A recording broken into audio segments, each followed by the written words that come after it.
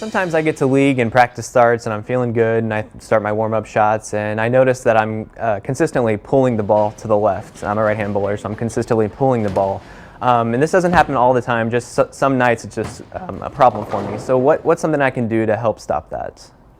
Well, I would say, as in almost everything that we do in bowling, it has all to do with how we get started. And a lot of times when we come in and practice, it's really easy to be sloppy with that beginning. You really want to be right from the start, as soon as you start throwing shots, just make sure that when you're getting that ball moving, it's in sync with your footwork. If you're 4-step delivery, you want to make sure the ball's moving with that first step. If you're 5-step, it moves with the second. So if we get that ball started late, almost always it's going to result in pulling it left as a right-hander or right as a left-hander. It can be as simple too as just trying to put more stuff on the bowling ball. A lot of players could have a great swing, great timing, and just at the last minute they're trying to put revs or trying to hook the ball and trying to fit it in, and that's going to end up making the ball go left as well.